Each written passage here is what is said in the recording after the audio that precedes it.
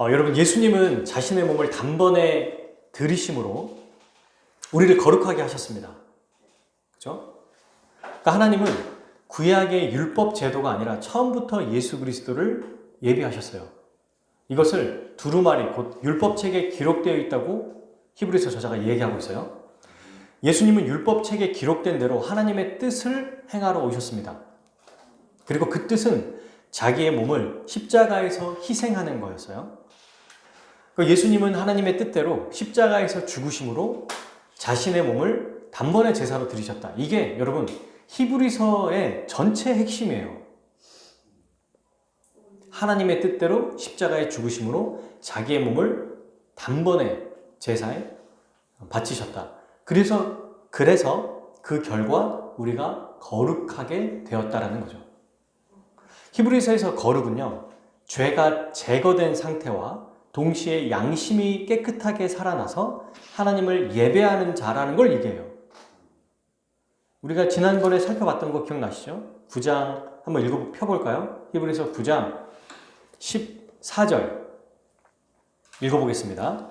하물며 영원하신 성령으로 말미암아 흠없는 자기를 하나님께 드린 그리스도의 피가 어찌 너희 양심을 죽은 행실에서 깨끗하게 하고 살아계신 하나님을 섬기게 하지 못하겠느냐. 아멘. 그러니까 거룩이라는 것은 죄를 완전히 제거한 상태에서, 제거된 상태에서 그냥 그대로 가만히 있는 게 아니고 하나님 앞에 예배드릴 수 있는 자, 양심이 깨끗하게 된 자를 포함하는 거예요. 이것을 위해서 예수님이 하나님의 뜻대로 십자가에서 죽으신 겁니다. 그러니까 우리는 어떤 존재가 된 거예요? 예수님이 십자가 죽으심으로 죄가 용서됐을 뿐만 아니라 거룩한 자가 된 거예요. 하나님을 예배할 수 있는 자, 하나님의 뜻대로 살아갈 수 있는 능력이 주어졌다는 겁니다.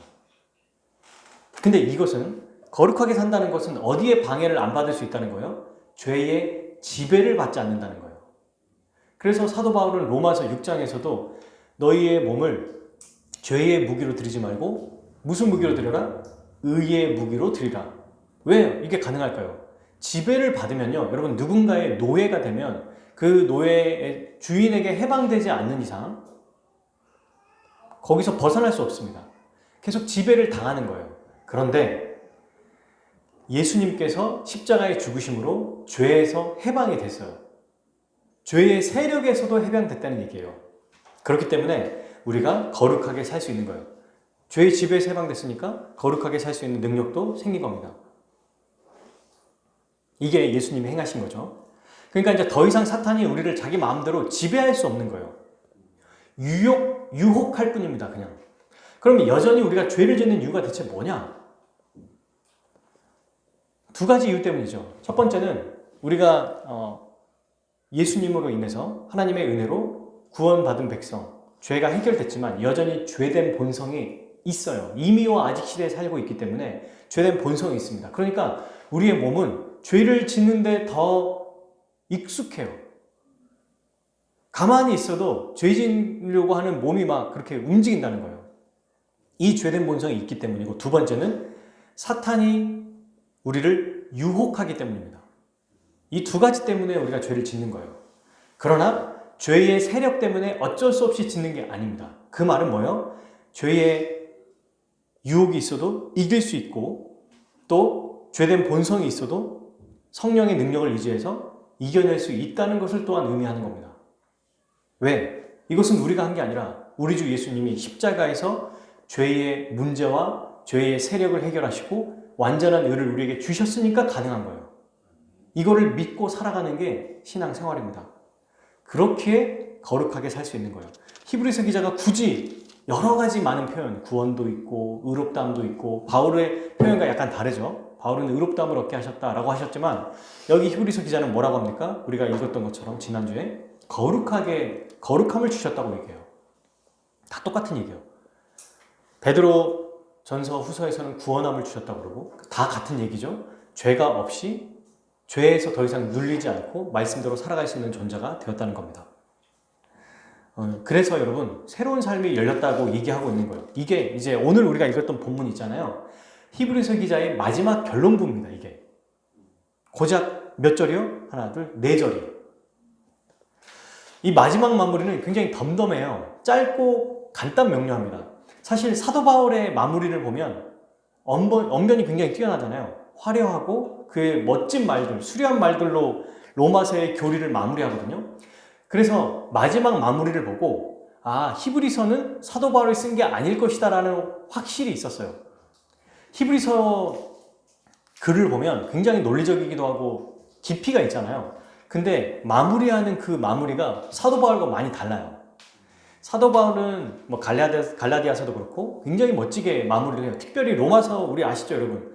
가장 우리가 잘 알고 있는 로마서 8장 28절에서 39절 하나님의 부르심을 입은 자로 얘기하시면서 높음이나 깊음이나 어떤 피조물이라도 하나님의 사랑에서 뭐 할 수 없다? 끊을 수 없다. 이거를 11절, 12절만은 되는 걸로 엄청나게 풍성하고 멋지게 끝내거든요. 와, 이렇게 딱 끝납니다. 근데 히브리서 기자는 간단 명료해요. 그런데 이 본문에서 기대감을 줍니다. 그냥 간단 명료하게 그렇게 끊을 수 없다. 그래서 계속해서 너희를 사랑할 것이다 라고 말한 바울과 달리 예수님이 이렇게 하셨는데 지금도 어떻게 하고 계시는지를 설명하고 교리를 마무리하거든요. 한번 읽어볼까요? 11절부터 14절까지 말씀인데 한번 읽어봅시다. 시작. 제사장마다 매일 서서 섬기며 자주 같은 제사를 드리되 이 제사는 언제나 죄를 없게 하지 못하거니와 오직 그리스도는 죄를 위하여 한 영원한 제사를 드리시고 하나님 우편에 앉으사 그 후에 자기 원수들을 자기 발등상이 되게 하실 때까지 기다리시나니 그가 거룩하게 된 자들을 한 번의 제사로 영원히 온전하게 하셨느니라. 아멘. 네, 우리가 계속해서 봤어요. 뭐를? 반복하는 것. 그리고 비교하는 것. 마지막 비교가 누구에 대한 비교입니까? 제사장과 예수님을 또 비교하고 마무리를 짓고 있어요. 앞에는 율법, 제사 제도, 또 제사 제도의 효력, 효용성 여러 가지로 얘기했는데 마지막 이제 제사장과 비교하고 모든 결론을 내립니다. 제사장이 무슨 일을 한다고 얘기합니까? 먼저 매일 제사를 드린대요. 첫 번째. 그리고 두 번째, 서서 드린다는 얘기를 굳이 썼죠. 이게 뭐예요? 일이 끝나지 않고 계속해서 일하고 있다는 뜻이에요. 우리 주 예수님은 지금 뭐하고 계신다고 되어 있습니까? 앉아 계시죠. 사역이 다 끝난 상태에 계신 것, 앉아 있다는 것은 더 이상 할 사역이 없다는 것, 이 땅에서 그걸 의미하는 거겠죠. 자, 그리고 자주 드립니다. 자주. 이 자주는 구약 성경을 보면 알겠지만 매일 하루에 2번씩 제사를 드리는 거예요. 그리고 뭐라고 말해요? 같은 제사를 드린대요. 매일 똑같은 제사를 계속 드리는 겁니다. 계속해서. 그 결과 어땠어요? 여러분, 그 결과 이 제사는 언제나 우리를 깨끗게 하신다? 못한다. 못한다. 죄를 없게 하지 못하거니와. 이렇게 매일 제사 드리죠. 서서 섬기죠. 자주 드리죠. 같은 제사를 드리죠. 항상 제사를 드려도 죄를 못 없앤다는 거예요. 여러분, 이거는 이 구약의 동물 제사 방법으로도 안 된다는 것은 우리도 어떠한 방법으로도 우리의 죄 문제를 해결할 수 없다는 것을 말하는 거예요. 우리 힘으로는 무슨 짓을 해도 안 된다는 겁니다. 그래서 누구를 향해서 가라고 말하는 거예요? 예수님께.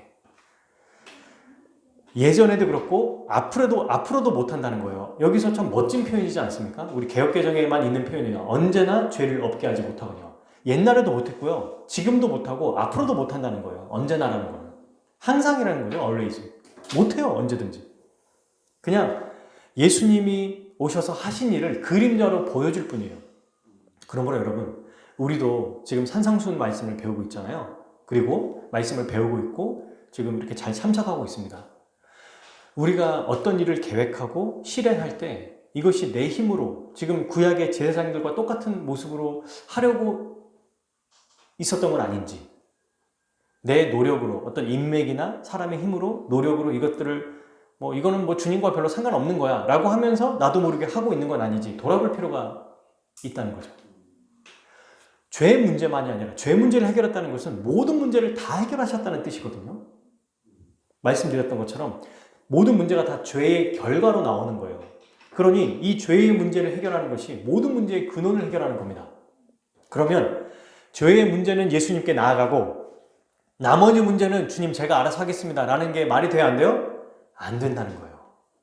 여기서 이 본문을 보고 그래 우리가 하나님께서 예수님이 죄를 용서해 주셨으니까 죄에 대해서는 주님 앞에 나아가자. 근데 지금 내가 오늘 하루하루 살아가는 직장의 문제와 가정의 문제와 개인의 문제와 영적인 문제는 내가 이것들을 어떻게 좀 잘 해결해 봐야겠다. 또 다시 나의 문제로, 나의 힘으로 이루어 가려고 한다는 겁니다. 그래서는 안 돼요. 이 본문은 뭐라고 말해요? 언제나 못하게 한다는 거예요. 할 수 없다는 겁니다. 절대로 할 수 없다는 거예요. 이것을 믿고 오늘도 이 본문을 보고 예수 그리스도께 나아가는 우리가 되었으면 좋겠습니다. 자, 그럼 반면에 예수님은 어떻게 하셨나 읽어볼까요? 12절 볼게요. 예수 그리스도는 죄를 위하여 한 영원한 제사를 드리시고 끝이에요. 여러분 이 말이 끝입니다. 더 짧네요. 더 짧아요. 한 줄도 안 돼. 한 줄도. 히브리서 전체에 대한 설명과 핵심이 예수 그리스도는 죄를 위하여 한 영원한 제사를 드리시고 이걸로 끝이에요. 그리고 하나님 우편에 앉으셨느니라. 여러분 이게 끝입니다. 와, 너무 멋지죠? 한 번 제사를 드렸는데 그게 영원한 제사라는 겁니다. 그리고 복잡하게 이런저런 거 여러 번 자주 서서 같은 제사 드릴 필요가 아예 없으세요. 십자가의 죽으심으로 영원히 이 죄를 완전히 해결하셨으니까요. 끝내버린 겁니다. 전부 다 끝내버린 거예요. 그리고 이 예수님이 어떻게 계시죠? 곧바로 하나님 우편에 앉아 계신다고 설명해요. 이게 무슨 뜻일까요? 하나님이 예비하셔서 이 땅에 예수님에게 한 몸을 예비하셨다고 했죠? 우리 지난주 말씀에 그 말씀이 어디 있냐면 히브리서 10장 5절이네요. 그죠? 하나님의 제사와 예물을 원하지 않으시고 오직 나를 위하여 한 몸을 예비하셨도다. 이 예비하신 이 사역을 성공적으로 끝마치셨다는 뜻입니다. 뭐가요? 예수님의 십자가 죽으심. 그래서 이 죽음으로 우리의 죄와 의의 문제가 완전히 해결됐다는 것을 얘기하는 거예요. 여러분 이보다 더 확실한 증거가 없어요. 그러니까 지금 모든 사역을 완성하시고 하늘보좌에 계신다는 것은 더 이상 할 게 없다는 뜻이에요. 이 한마디가 진짜 완전히 끝낸 거구나. 부활하시고 승천하셔서 더 이상 할 게 없다는 아주 최종적인 증거입니다. 이게 너무 멋있어요. 이 글이 그렇구나. 영원한 제사를 드리시고 곧바로 그냥 하늘보좌에 앉으셨다. 처음에는 제가 이게 뭐고 무슨 말이야? 이게 뭐 본데 앉으셨지 했는데 앞에 있는 구절과 비교해 보니까 너무 확실한 끝맺음을 그냥 딱 선언하면서 끝내는 거예요. 더 이상 할 게 없다는 거죠. 그리고 하늘 보좌에 계셨다는 것은 하나님이 예수님이 하신 그 사역을 어떻게 하셨다는 거예요? 기뻐하시고 인정하시고 또 받으셨다는 뜻입니다. 이보다 더 완벽하게 해결된 문제가 없는 거죠. 그래서 예수님이 뭘 하고 계시냐면 읽어볼까요? 그 후에 자기 원수들을 자기 발등상이 되게 하실 때까지 기다리시나니. 네, 지금 예수님이 하고 계시는 게 뭐냐면 원수들, 그러니까 사탄과 그의 부하들을 발로 밟고 계시는 거예요. 발판이 되게 할 때까지 기다린다는 겁니다. 이게 시편 110편 말씀이죠. 히브리서 기자는 시편 110편을 정말 많이 좋아하고 이 말씀 가지고 히브리서를 거의 지었다고 할 정도로 썼다고 할 정도로 이 본문을 가지고 깊이 있게 묵상했어요. 말씀 그 한 구절이 히브리서 전체의 핵심이거든요. 대단하지 않습니까? 그러니 여러분 지금 하고 계신 게 뭐냐면 이 사탄을 발로 밟고 계시는 거예요. 이 말은 뭡니까? 아무리 사나운 동물이어도 그냥 목에 목줄 가지고 조금만 움직이면 막 전기해가지고 막 못 움직이게 하는 그걸 잡고 있는 거예요. 예수님이 아주 대담하게 우리를 못 건드리게. 우리는 근데 그걸 보고 벌벌 떨면 안 되겠죠. 이거는 어떤 모습이 보이냐면 고대 시대 때, 옛날 고대 근동 시대에 전쟁을 하잖아요. 나라끼리. 그러면 승리한 왕이 패배한 왕의 머리를 밟습니다. 그게 뭘 의미하는 거냐면 항복을 의미하는 거고 완전한 승리를 표현하는 거예요. 그걸 지금 하고 계신 거예요. 예수님이. 왜 그럴까요? 우리가 계속해서 십자가로 인한 은혜, 거룩한 삶을 살아가도록 이끌어 주시기 위해서요. 우리는 여러분 완전히 자유케 되었습니다. 예수님이 십자가로 완전히 자유케 됐어요. 그래서 신자인 우리는 자유를 누려야 돼요. 자유를. 죄에서 정말 해방된 기쁨과 자유가 있어야 됩니다. 그렇지 않으면 죄 문제가 여러분 해결되지 않으면 제가 보니까 어떤 것도 행복하거나 기쁘지 않더라고요. 진짜 자유를 받아서 누리려면 나의 근본적인 죄의 문제가 해결돼야 돼요. 해결 안 된 게 아니에요. 그런데 뭘 얘기하는 거냐면 정말 하나님 앞에서 이 죄 사함의 은혜를 맛보고 있는가라는 얘기입니다. 죄 문제가 해결된 자만이 예배를 즐겁게 나와요. 여러분 제가 억지로 여러분 예배 나오세요, 뭐 하세요 이렇게 하면 서로 피곤하거든요. 남을 도우세요, 헌금하세요, 봉사하세요, 기도하세요, 금식하세요, 구제하세요 이런 거는 정말 죄사함의 사죄의 은혜를 누리는 자가 기쁨으로 하는 겁니다. 억지로 시켜서 되는 게 아니에요. 억지로 시키면 나중에 탈이 나요. 사실은 반드시. 물론 이제 목회자는 권면해야 될 때가 있지만 그것도 이 은혜 가운데 해야겠죠. 억지로 하게 되는 거는 좋지 않아요. 그래서 만약 우리가 지금은 그렇지 않을지라도 혹은 지금도 혹은 앞으로 우리의 신앙생활에 즐겁지 않다면 정말 내가 죄사함의 은혜 이걸 지금 맛보고 있는가를 생각해 봐야 돼요. 그러면서 말씀대로 살아가고 있다고 생각하는데 정말 그렇게 살아가고 있는지 왜 내가 즐겁지 않은지를 생각해 봐야 됩니다. 여러분 죄사함의 은혜, 구원의 은혜를 누리면 그 어떤 것보다도 행복감이 밀려오거든요. 이게 다시 회복돼야 된다는 겁니다. 어쩌면 우리가 살면서 너무 바빠서 우리의 영적인 삶을 돌아볼 기회가 없었을지도 몰라요. 맞아요.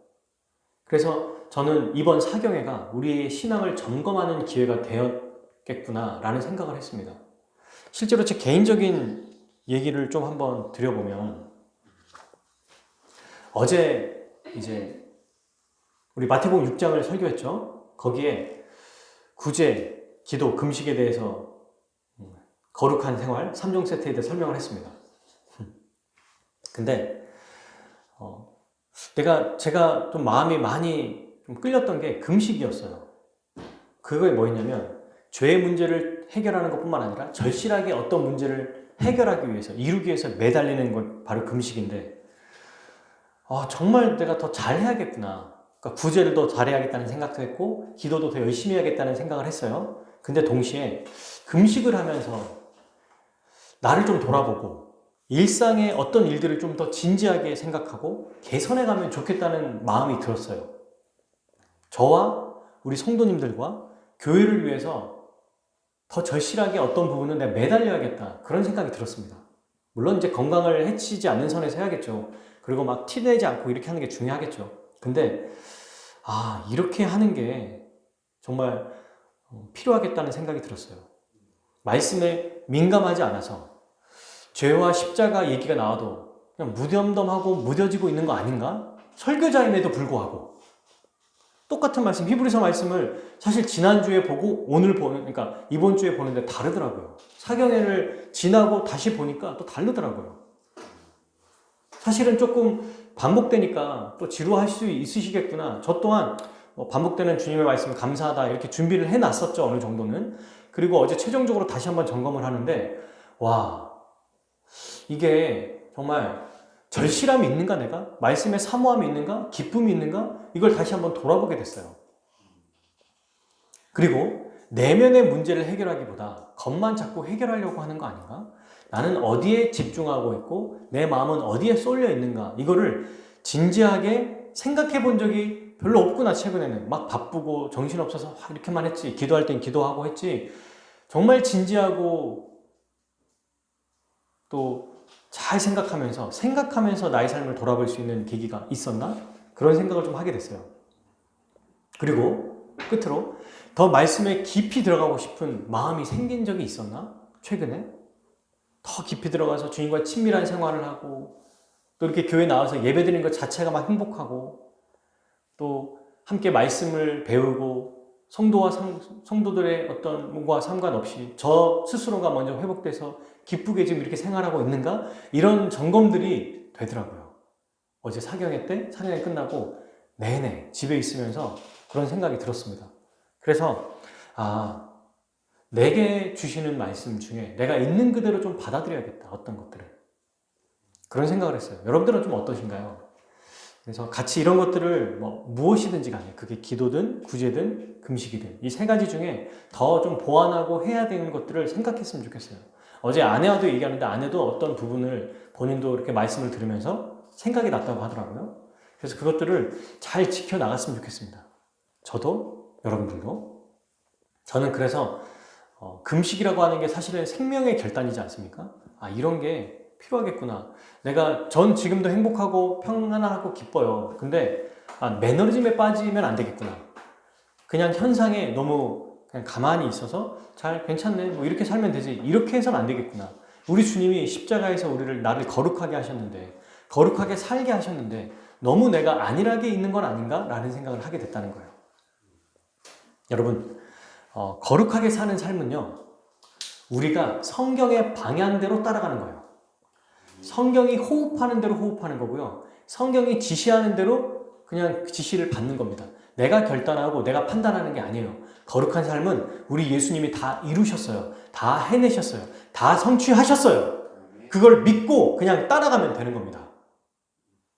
가라고 하면 가고, 멈추라고 하면 멈추고, 하라고 하면 하는 건데, 너무 바쁘고 할 일이 너무 많아서, 너무 마음속에 수많은 일들이 있어서, 머릿속에 생각하는 게 너무 많아서 우리가 그 말씀을 그냥 듣고 흘려버린다는 거예요.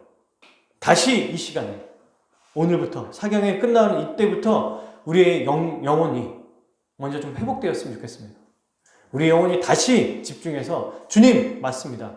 사경의 모든 말씀을 내가 지킬 수 있지만 이제 하나씩 내가 점검해 가고 전진해 나가겠습니다. 팔복의 마음으로, 심령이 가난한 자의 마음으로 주님 저를 긍휼히 여겨주십시오.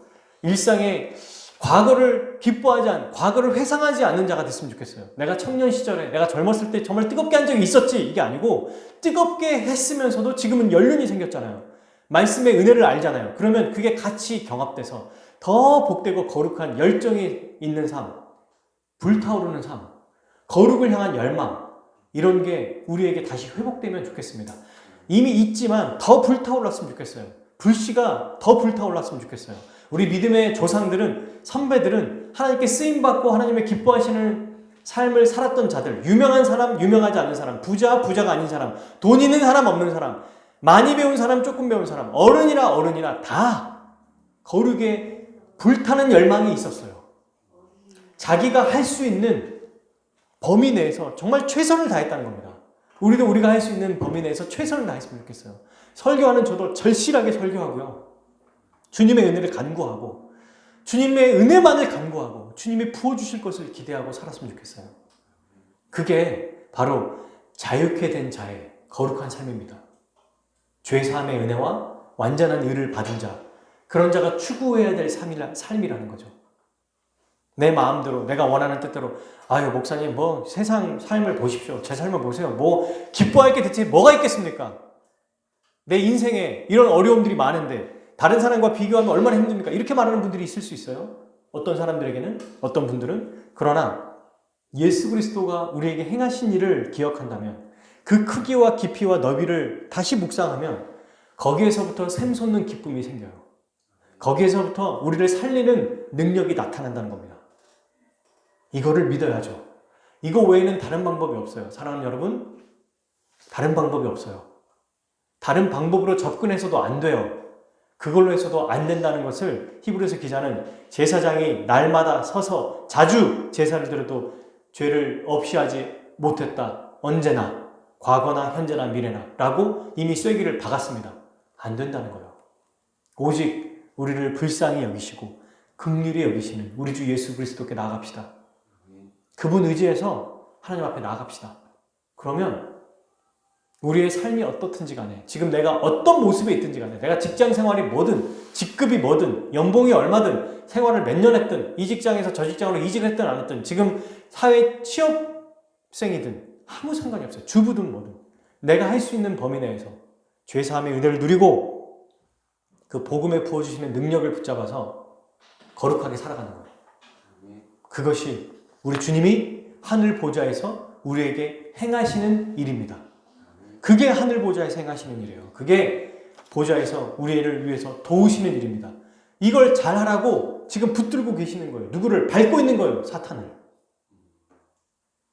그냥 너 일상생활 알아서 살아. 행복하게 알아서 살아. 네, 그 행복이 하나님의 영광을 위해 사는 거예요. 신자의 그 가장 큰 행복이에요.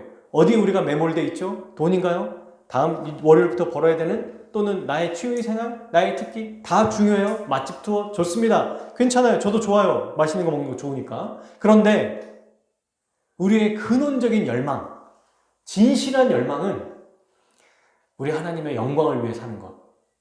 그게 여러분 부담이 돼서는 안 되겠죠? 왜? 그 영광을 위해 사는 게 이 세상에 줄 수 없는 진짜 큰 기쁨이니까. 산상수훈의 말씀대로 순종하면 힘들겠다가 아니라 너무 행복한 거예요. 천국의 삶을 맛보고 누리니까. 그냥 의를 위해 박해를 받으면 하나님의 위로가 막 나타나는 거야. 그 자리에서. 아무것도 하지 않으면 아무 일도 안 일어납니다. 아무것도 하지 않으면 변화가 없어요. 해야죠. 마음까지 순종하게 하셨는데. 자동차 멀리 다니는 한 2시간 정도 되는 거리를 계속 다녔는데 어느 날 아버지가 차 키를 주셨어요. 자동차를 주셨다고. 운전면허 따야죠, 그러면. 그리고 그 10분밖에 안 되는 거리, 차로 가면 10분밖에 안 되는 거리를 가야죠. 주셨는데 창고에 썩혀 놓는 거예요, 그냥. 10년, 20년, 30년. 안 돼요. 이제는 예수 그리스도가 하늘 보좌에서 우리를 다스리시고 은혜 주신다는 사실을 기억하고 우리가 계속해서 거룩한 삶을 지향하며 살아가야 합니다. 이게 우리 주님이 우리에게 행하시는 지금 현재 하고 계시는 일이에요. 여러분, 하늘 보좌에서 뭐 하실까요? 예수님이. 한번 생각해 본 적이 있으신가요? 있죠? 하늘 보좌에 앉아 계신다는 게 뭐예요? 앉아서 그림을 한번 생각해 보는 거예요. 세상에 딱 앉아 계셔서 뭐 하실까요? 핸드폰 보실까요? 하나님과 막 얘기하실까요? 그렇지. 계속 보고 계실 거야. 그분의 관심은 여기 있거든요. 근데 그 중에서도 누구? 우리. 여러분, 우리 학부모님들은 아실 거예요. 그리고 우리 사랑하는 연인들도 아실 거예요. 애들이 학교의 발표회나 어린이집에서 학교에서 뭘 하잖아요. 누구 찾아요? 선생님 어디 있나? 우리 옆집에도 같이 다니던데 걔 어디 있나? 이렇게 찾습니까? 걔가 넘어져 있든 옷을 거꾸로 입었든 아무 상관 안 해요. 누구만 봐요? 내 새끼만 보는 거야. 내 자녀만. 걔만 보이는 거야. 수십 명 중에 얘만 보여. 근데 그 중에 사진 중에서도 뒤돌아서 엉덩이 나와 있는 것만. 얘 엉덩이만 나왔네? 얘는 뭐 하는 거야? 얼굴 반만 나왔어. 그것만 보는 거야. 그거 보고 기뻐하는 거야. 딴 애들 막 잘 나왔고 아주 멋있게 막 포스터 나와 있고 무슨 배경사진 멋있는데 하나도 눈에 안 들어오는 거예요. 그것만 보입니다. 사랑하는 연인 같이 저기 놀이공원에서 만나기로 했어. 어디서? 딱 볼 때 누구만 보여요? 다른 사람만 보이나요? 안 되죠. 그 사람이 보이는 거예요. 그 사람이. 수많은 사람이 있는데 그냥 그럴 때가 있어요. 저도 연애해봤으니까 알잖아요. 그 사람 전체가 이렇게 다 없고 그 사람만 딱 보일 때가 있어요. 학교 다닐 때 그런 적도 있었거든요. 그래서 아내 친구가 눈치챈 거야. 제가 계속 보고만 그냥 계속 보게 되는 거예요. 다른 사람이 지나가는 거 그러니까 눈치를 안 채게 해야 되는데 그냥 이렇게 보게 되는 거예요. 여러분, 우리 주 예수님이 우리를 그렇게 보고 계신다는 겁니다. 그러면 우리가 어떻게 살기를 바라시고 또한 어떤 도움을 주시길 기뻐하실까요? 당연히 죄를 자복하고 하나님의 뜻대로 살기를 원하고 그것을 위해서 기도하는 것을 기뻐하시지 않겠습니까? 기도하기를 막 기다리고 계시고 도우시고 기도하기 전에도 필요를 아시기 때문에 일하시지만 기도하면 옳다구나 잘됐구나 하면서 더 열심히 우리를 도와주실 거예요. 말씀이 선포될 때 이것을 아멘하고 받아들이면 다시 지금 저는 너무 막 기뻐요. 왜냐하면 지금도 제 말씀을 듣고 계실 거 아니에요.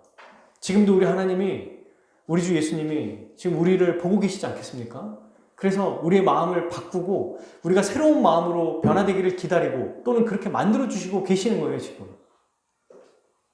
그래서 이 일을 하고 계신다. 누가? 주님이. 그게 바로 우리가 봤던 몇 절이죠? 14절, 그래? 12절이죠. 12절 말씀입니다.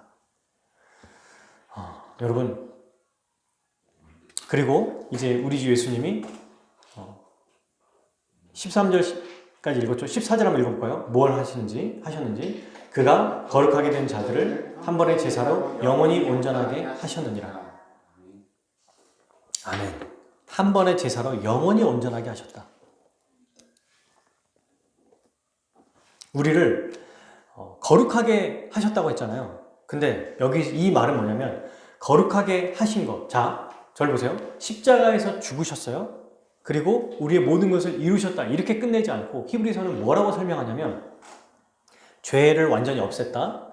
그리고 예수님의 완전한 의를 주셨다. 그 얘기는 나와 있지 않지만 포함되어 있는 거죠. 그러면서 동시에 뭐라고 얘기하냐면 거룩하게 하셨다는 거예요. 거룩한 자로 만들어주셨어요. 근데 하나를 또 설명합니다. 그게 뭐냐면 그냥 지금은 거룩하고 앞으로도 거룩한데 이후에 우리가 최종적으로 어떻게 될지는 모른다가 아니에요. 최종적으로 어떻게 되는 것까지도 설명해요. 뭘로?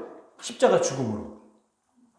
십자가 죽음으로 죄를 용서하시고 거룩한 자로 만드시고 거룩하게 살게 하셨는데 너가 어떻게 사는지에 따라 네 인생이 결정될 거야 라고 하신 게 아니고 이미 십자가에서 우리의 마지막 운명까지 결정하셨다는 거예요. 그게 바로 우리 예수님의 마지막 우리가 칼빈 선생이 얘기한 성도의 견인이라는 거예요. 그의 자녀는 끝까지 붙들어서 마지막까지 하는 백성으로 살아가게 하신다는 거. 그거를 예수 그리스도가 하셨다는 겁니다. 히브리서는. 영원히 온전하게 하셨느니라. 끝내버렸다는 거예요. 지금 여러분 그러니까 우리가 거룩하게 살아가는 거는 앞으로 우리 인생이 내가 어떻게 살아갈 수 있을까? 내가 이거 못 살면 또 나에게 복 안 주시지 않을까? 이런 삶이 아닙니다. 지금 우리가 거룩하게 살아가는 거. 우리가 주를 위해 산상수훈 말씀대로 한 걸음 한 걸음 전진하는 거. 이거 못 살면 어떡해? 두려움이 있죠. 또 실패하면 어떡해? 어려움이 있죠. 이거 하다가 또 내가 잘 못하면 어떡할까? 그런 걱정을 하지 말라는 거예요. 14절은. 왜? 이미 우리의 운명을 정해놓은 거예요. 이미 끝난 거예요. 우리는 오늘 하루 실패하고 잘하고가 사실은 멀리서 거시적 관점이라고 그러죠. 전체에 보면은 아무것도 아닌 거예요. 그냥 열심히 살면 됩니다. 그냥. 왜? 반드시 주님께서 우리를 그 자리까지 인도하시니까. 뭘로 확증하셨어요? 십자가로. 히브리서 기자는 그거를 영원히 온전하게 하셨다고 과거로 끝내버렸어요. 믿는 자를 그렇게 끝내버렸다. 사도 바울은요. 부르신 자를 어떻게 했다? 영화롭게 하셨다고 말해버렸어요. 똑같은 표현입니다. 이미 끝나버렸다니까 우리가. 그런 자이기 때문에 기쁨으로 조금씩 하나하나 순종하며 살아가면 되는 거예요. 다 잘할 필요 없어요. 열심히 그냥 내가 할 수 있는 만큼 하면 돼요. 부담감 가질 필요 없어요. 다 잘을 해야겠죠. 경국적으로는. 근데 막 무슨 짐을 다 지어주고 거룩하게 했으니까 이제 네가 짐 짓고 이거 해야 돼? 그런 부담감이 아니라는 거예요. 다 이루셨어요. 그리고 하늘 보좌에서 우리를 붙드십니다. 우리를 도우세요. 이 얼마나 놀라운 일입니까? 우리를 붙드시는 이 놀라운 은혜, 이것이 정말 큰 은혜입니다. 이걸 다 누가 하신 거예요? 우리 주 예수님이 십자가에서 단번의 제사로 이루신 겁니다. 이거를 우리가 믿고 기억하고 살아가는 거죠. 하늘에서 본인이 이미 이루신 걸 가지고 영원히 드린 제사를 지금도 우리에게 적용시켜 주시거든요. 부모가 자녀와 함께 이제 길을 걷다가 제가 요즘에 우리 아이들과 날씨가 좋아서 솔밭공원을 가요. 최근에 붕사경이 때문에 잘 못 갔지만 그래도 지난주까지만 해도 좀 다녔던 것 같아요. 지난주 초 정도에 이제 그때 이제 가는데 혜원이는 지금 잘 가니까 그럼에도 이제 손을 잡고 가지만 우리 승원이는 손을 잡고 가지만 얘가 기분 좋고 날씨 좋으면 손을 뿌리치고 막 혼자 뛰어갈 때가 있어요. 그때 부모가 어떻게 합니까? 잡죠. 그리고 얘가 차가 다니는 곳에 막 뛰어가요. 그럼 어떻게 해요? 아이고야 안타깝다. 승원아 이리 와야 되는데 아유 큰일 났네. 저런이 다치지. 그거 가가지고 다친 다음에 야 이렇게 하면 다쳐? 이렇게 말하나요? 달려가가지고 애를 낚아채죠. 급하면. 얘는 어떻게 해요? 자기가 가고 싶은데 못 갔다고 맞고 울고 떼쓰고 막 주저앉기도 하고, 요즘엔 좀 가끔 주저앉기도 하고 그래서 주저앉고 그런단 말이에요. 근데 여러분, 이게 우리 주님이 우리와 함께 하시는 방식이에요.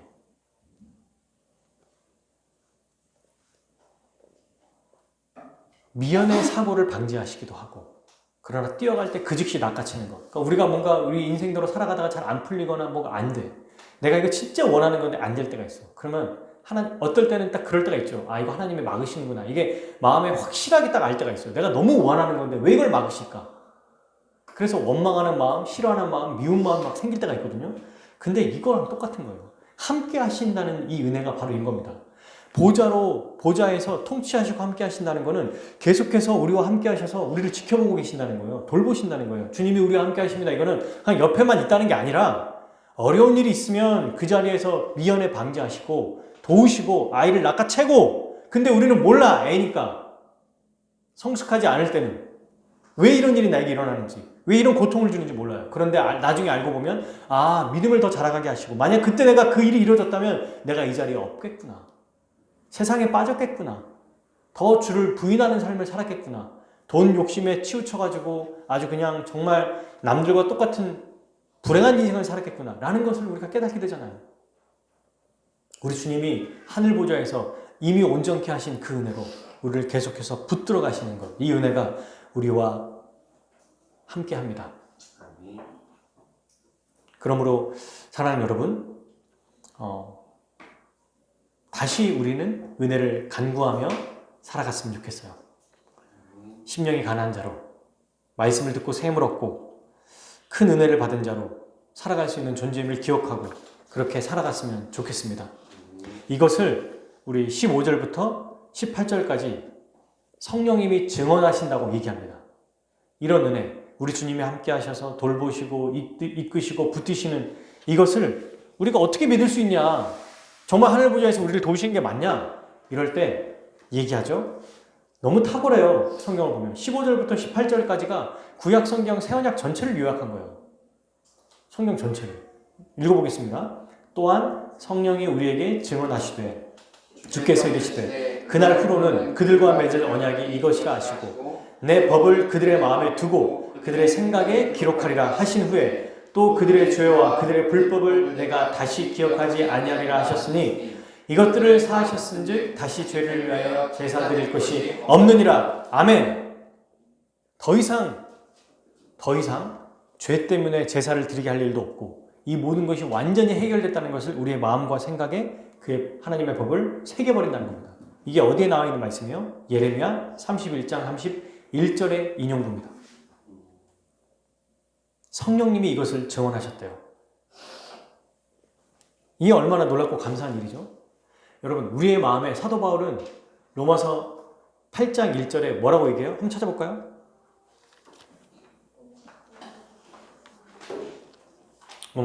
우리의 마음에 무엇이 있는지.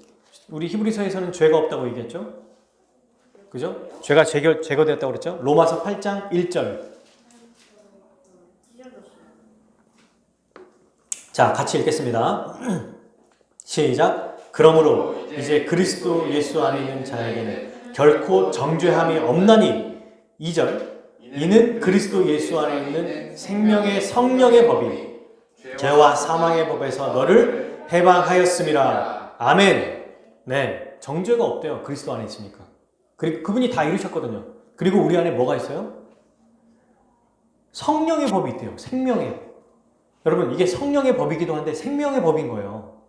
그 말이 뭡니까? 우리를 살린다는 거죠. 우리가 우리 힘으로 사는 게 아니에요.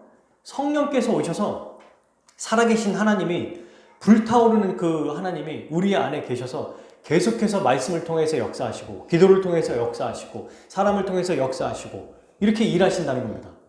성령의 법이 계속해서 우리에게 이 마음을 주신다는 거예요. 이게 얼마나 놀랍고 감사한 일이에요.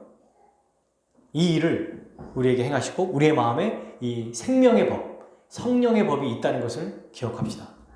죄를 다시는 기억하지 않는다. 이것을 우리는 대속죄일 날 대제사장이 제물 드렸던 방식을 통해서 알 수 있습니다. 제가 이걸 설명해 드린 적이 있는지 잘 모르겠어요.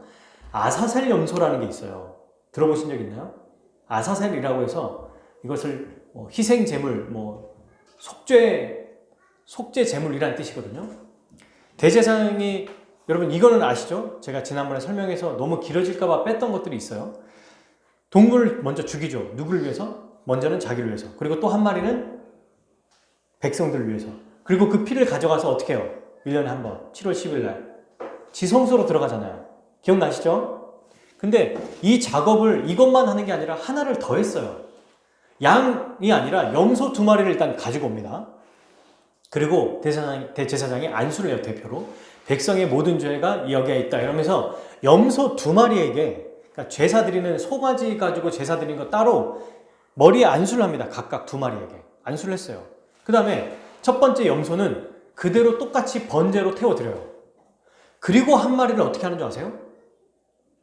이스라엘 진영 밖으로 데리고 나가서 광야에 아예 그냥 내버려 두고 나오래요. 그럼 어떻게 돼요? 이 염소가 길을 못 찾고 굶어 죽는 거예요. 그 작업을 1년에 한 번씩 했습니다. 이게 뭐죠? 염소가 이제 염소에게 모든 죄가 다 지어졌어요. 그리고 이 염소 때문에 이 2마리가 이제 다 죄가 있어요. 우리의 죄가 지금 이 염소에게 다 있구나. 하나는 완전히 불태워버렸어요. 우리의 죄가 용서됐구나. 그죠? 그리고 한 마리는 이스라엘 진영 밖으로 나가서 안 돌아와 죽어요. 하나님이 우리의 죄를 기억하지 않으시는구나. 이걸 시각적으로 우리에게 가르쳐 주신 게 바로 아사살 염소입니다. 이게 레위기 16장에 나오거든요. 아사살 염소. 그러니까 죄를 사하셨은즉 죄를 위해 드릴 것이 없다. 이제 다시는 죄를 기억하지 않는다라고 얘기하셨죠. 우리 이 말씀에 예수 그리스도가 십자가에 죽으심으로 완전히 아사살 염소로 불태워 죽으셨고 그분이 살아남으로 더 이상 죄가 기억나지 않을 정도로 죽음이 없어요. 죽음이 보이지 않아요. 살아나신 거예요. 이것을 성령께서 증거하신다는 것입니다. 사랑하는 여러분, 그러므로 우리 주 예수님이 우리에게 이런 은혜를 주신 거에 우리도 이 은혜에 반응해야 되는 것이 마땅하지 않겠어요? 우리가 지난주에 로마서 12장 1절 말씀을 살펴봤어요. 그죠? 우리가 하나님 앞에 거룩한 삶은 뭐다? 삶을 드리는 거다. 기억나시죠? 몸으로 드리는 게 하나님 기뻐하시는 예배다라고 했어요. 그 얘기를 했습니다. 근데 오늘 히브리서 본문, 지난주 말씀을 살펴보면 왜 우리가 몸으로 드려야 되는지가 분명히 나와요. 바로 하나님께서 먼저 히브리서 5절에 보면 왜 우리가 우리의 몸을 하나님께 드리는 것이 너무 당연하냐면 하나님이 먼저 예수님을 예비하셨는데 그의 마음이 아니라 뭘 예비하셨어요? 몸을 예비하셨어요. 자, 넘겨서 그 다음에 7절 예수님도 하나님의 뜻을 행하려고 몸으로 왔지만 마음으로만 행하셨습니까? 아니면 그 뜻을 실제로 행하셨습니까?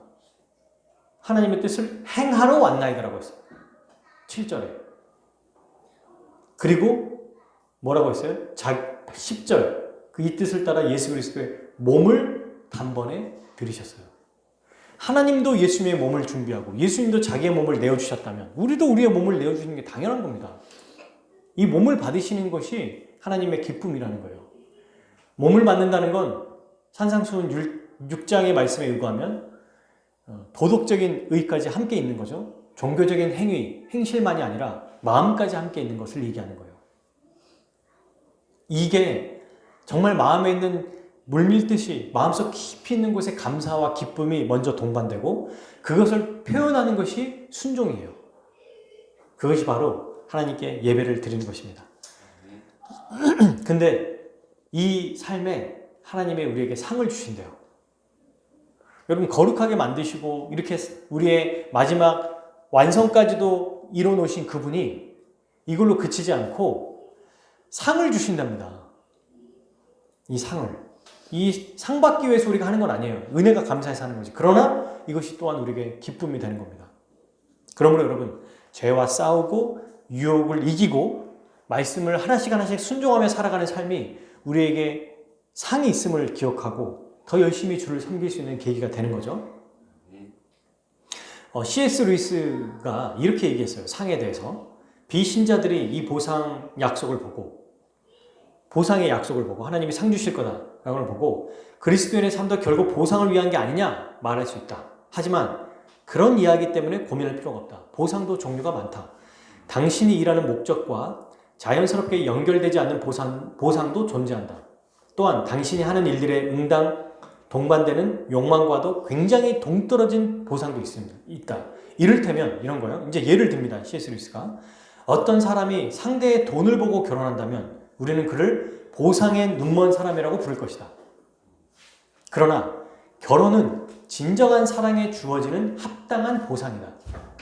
그러한 이유로 누가 결혼을 열망한다고 해서 그가 보상에 눈이 멀었다고 이야기하지는 않는다.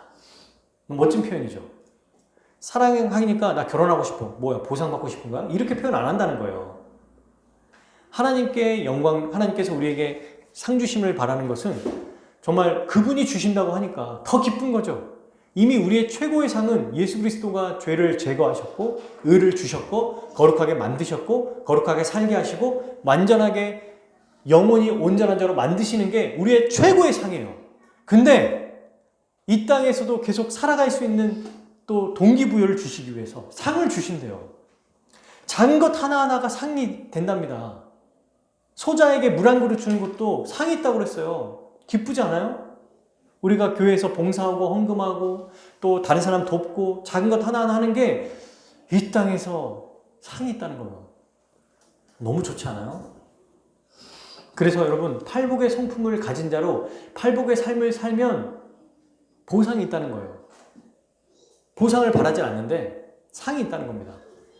교회로서 소금과 빛의 역할, 선한 행실을 하면서 살인하지 않고 미워하지 않으려고 그러고 또 음욕을 품지 않으려고 그러고 결혼 생활을 귀하게 여기고 이런 것들 있죠. 맹세하지 않고 말을 진실하게 하는 거, 원수를 사랑하는 거, 미워하는 사람에게 미워하는 마음을 갖지 않으려고 노력하는 거, 이런 것들이 다 상이 있다는 겁니다. 우리 주님께서 매우 기뻐하신다는 거죠. 끝으로 그럼 마지막 거룩한 삶이 무엇인지 간단하게 제가 알려드리고 오늘 말씀을 마치겠습니다. 여러분, 거룩한 삶은 성경 전체에서 세 가지로 얘기해요. 계속 거룩한 삶 하면 잘 모르니까 세 가지를 얘기할 수 있어요. 첫 번째, 하나님을 바르게 아는 것입니다. 하나님을 아는 것 자체가 하나님께 거룩한 삶인 거예요. 이게 거룩한 삶이에요. 두 번째, 하나님께 순종하는 것입니다. 하나님께 순종하는 게 바로 거룩한 삶이에요. 근데 또 하나가 있어요. 그게 뭔지 아세요? 성경에 보면 하나님을 뭐 하라라고 많이 나오죠? 혹시 아실까요? 경외하라도 있고 기뻐하라. 기뻐하는 것이 거룩한 삶인 거예요. 제가 성화에 대한 여러 책과 또 이런 것들을 보면서 놀랐습니다. 아, 하나님을 기뻐하는 거. 그냥 그 자체, 지금 우리의 일상을 기뻐하는 것도 거룩한 삶이라는 거예요. 하나님을 그러니까 이게 다 연결돼 있죠. 하나님을 알아갈 때 그분이 주시는 능력으로 순종할 수 있어요. 그 순종하면서 기쁜 거예요. 이게 그냥 하나님께 전체가 예배가 되고 기쁨이 된다는 겁니다. 기뻐하시는 삶은 어떤 거냐면 현재의 삶에 만족한다는 겁니다. 현재의 하나님의 섭리를 인정하는 행위예요, 이게. 투정 부리고 싫어하고 원망하는 거 뭡니까? 기뻐하지 않는 행동이에요. 지금 내 삶이 왜 이럽니까? 따지는 겁니다. 왜 난 이렇게 힘듭니까? 왜 나에게 이런 시련이 있습니까? 왜 나는 이렇게 살아야 됩니까? 라고 말하는 거예요. 그거는 하나님께 영광이 되지 않습니다. 그러나 지금 우리의 삶에 주님께서 어떤 일들이 있을지라도 현재 삶에 만족하고 사는 것, 이게 하나님의 섭리를 믿는 기뻐하는 삶이라는 거예요. 그래서 여러분, 우리 교회에 저의 개인적으로 또 여러분의 삶에 또 우리 사경회를 듣는 많은 분들에게 또 오늘 몇 명이나 오실지 모르지만 상관없이 어제, 그제 또 인터넷으로 드렸던 모든 분들이 정말 더 거룩한 삶에 대한 이 열망이 생겨났으면 좋겠습니다. 하나님을 더 알아가고 싶은 마음이 생겼으면 좋겠고요. 더 하나님께 순종하는 삶이 나타났으면 좋겠고 하나님을 기뻐하는 삶이 나타났으면 좋겠습니다. 여러분, 그래서 사도 바울이 뭐랬냐면 항상 뭐하래? 기뻐하라고 얘기했죠. 이게 거룩한 삶의 중요한 축이거든요. 말씀을 맺겠습니다. 예수님은 우리를 거룩하게 하셨고요. 거룩하게 살 수 있는 능력을 주셨으며 마지막 완성까지 미리 결정해 놓으셨습니다. 그렇게 우리는 거룩한 삶을 살 수 있어요. 거룩한 삶을 꿈꾸고 기대하고 살아갔으면 좋겠습니다.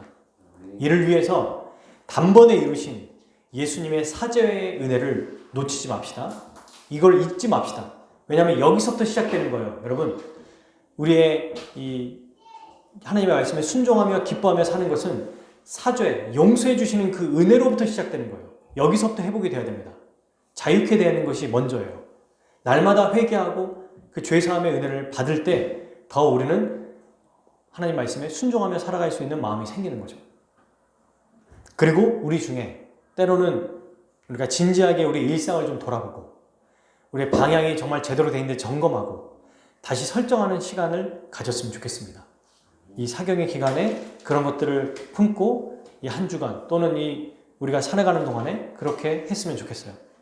그래서 하나님이 기뻐하시는 거룩한 삶을 살아갑시다. 하나님을 더욱더 알아갑시다. 하나님께 순종합시다. 그리고 일상의 삶에서 하나님을 더욱 기뻐하는 삶을 삽시다. 어떤 상황이 있을지라도 기뻐하겠다 다짐하는 거.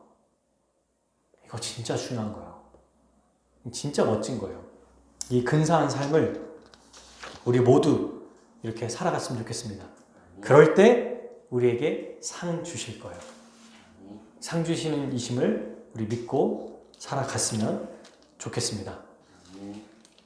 우리 함께 기도하도록 하겠습니다.